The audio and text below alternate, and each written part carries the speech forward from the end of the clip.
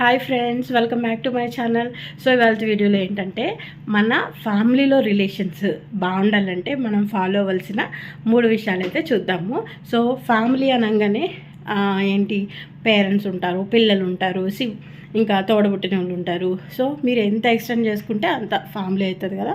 So ఇప్పుడు అయితే అన్ని న్యూక్లియర్ ఫ్యామిలీస్ అయినాయి. సో వైఫ్, హస్బెండ్, కిడ్స్, లేకపోతే ఇంకా పేరెంట్స్, అంతకు మించి అయితే ఉండట్లేదు కదా.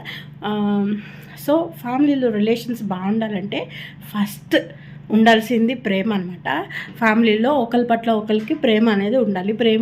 ప్రేమ ఉందనుకోండి, వాళ్ళు ఏదైనా తప్పులు చేసినా మనము వాళ్ళని క్షమించగలుగుతాం అనమాట. వాళ్ళు ఎప్పుడైనా అంటే మనిషి అన్నవాడు పొరపాటుగా ఒక్కొక్కసారి మాట జారచ్చు, లేకపోతే ఒక్కొక్కసారి వాళ్ళు మీరు ఒకటి చెప్తే ఇంకొకటి చేసి ఇరిటేట్ చేయొచ్చు. కానీ మీకు ప్రేమ ఉందనుకోండి, ఫ్యామిలీలో ఒకరి పట్ల ఒకరికి మీరు వాళ్ళని క్షమించగలుగుతారు. సో ప్రేమ అనేది ఇంపార్టెంట్ అనమాట.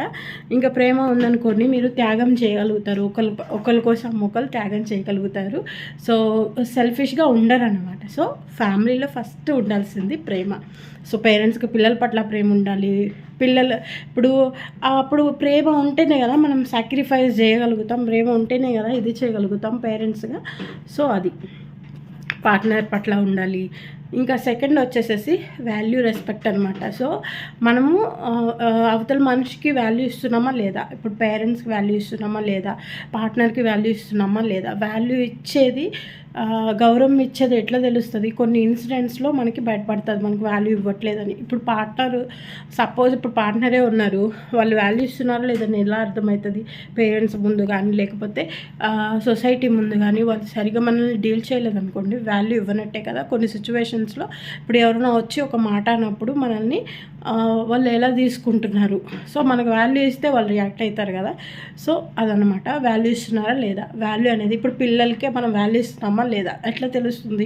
సో ఎవరైనా ఏదైనా అన్నప్పుడు కానీ, లేకపోతే ఏదైనా సిచ్యువేషన్ వచ్చినప్పుడు కానీ మనం సాక్రిఫైస్ చేస్తాము, లేకపోతే మనము వాళ్ళకి వాల్యూ ఇస్తున్నామని మన మాటల్లో అలాగే మన పనుల్లో కూడా అర్థమవుతుంది అనమాట. సో మనము ఈ రిలేషన్కి వాల్యూ ఇస్తున్నాము, ఫ్యామిలీకి వాల్యూ ఇస్తున్నామని. సో వాల్యూ ఇవ్వాలన్నమాట. సో సెకండ్ అది.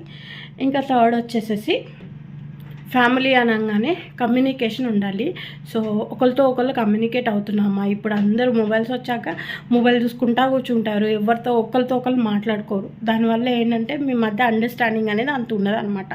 సో డైలీ కమ్యూనికేట్ అవుతున్నామా లేదా, పిల్లలతో కానీ, లేకపోతే ఇంకా పార్ట్నర్తో కానీ, లేకపోతే పేరెంట్స్తో కానీ కమ్యూనికేట్ అవుతున్నామా లేదా అనేది ఇంపార్టెంట్. ల్యాక్ ఆఫ్ కమ్యూనికేషన్ ఏంటంటే మిస్అండర్స్టాండింగ్కి దారితీస్తుంది. సో కమ్యూనికేషన్ అనేది ఇంపార్టెంట్. ఏదైనా ఒక చిన్న మిస్అండర్స్టాండింగ్ వచ్చినా, లేకపోతే భేదాభిప్రాయాలు వచ్చినా, సో కూర్చొని మాట్లాడుకోవడం వల్ల ఇలా అని చెప్పేసి మీరు ఒకరికొకళ్ళు ఎక్స్ప్లెయిన్ చేసుకోవడం వల్ల మీ మధ్య ఉన్న మిస్అండర్స్టాండింగ్స్ అయితే పోతాయి. సో ఒకరికొకరు వాల్యూ ఇస్తలేదు, లేకపోతే ఒకళ్ళ అభిప్రాయాలు కొంచెం తేడాగా ఉన్నాయి, మీరు ఒకటి ఆలోచిస్తే వాళ్ళు ఇంకొకటి ఆలోచిస్తున్నారు, మీరు వాళ్ళ గురించి మిస్అండర్స్టాండింగ్ చేసుకున్నారు. ఇవన్నీ మీరు కమ్యూనికేట్ అయితేనే సాల్వ్ అవుతాయి అన్నమాట. సో ప్రేమ ఉన్నా అంతే కదా, కొంచెం టైం స్పెండ్ చేస్తాం వాళ్ళతోటి. మనం ఏదైతే ప్రేమిస్తామో దానికోసం టైం స్పెండ్ చేస్తాం కాబట్టి టైం స్పెండ్ చేయడం, కమ్యూనికేట్ అవ్వడం అనేది చాలా ఇంపార్టెంట్. సో ఈ 3 ఉన్నాయో లేదో చూసుకోండి. ఫ్యామిలీలో ప్రేమ ఉందో లేదో చూసుకోండి. ఇంకా మీరు వాల్యూ ఇస్తున్నారో లేదో చూసుకోండి. ఇంకా కమ్యూనికేషన్ అనేది ఉందా లేదా, మీరు ఫ్యామిలీతో అంటే మెంబర్స్ తోటి మీరు టైం స్పెండ్ చేస్తున్నారా లేదా అయితే చూసుకోండి. ఓకేనా. ఛానల్ని సబ్స్క్రైబ్ చేయకపోతే ఫస్ట్ టైం చూస్తుంటే వీడియో సబ్స్క్రైబ్ చేయండి. ఓకేనా. Thank you for watching.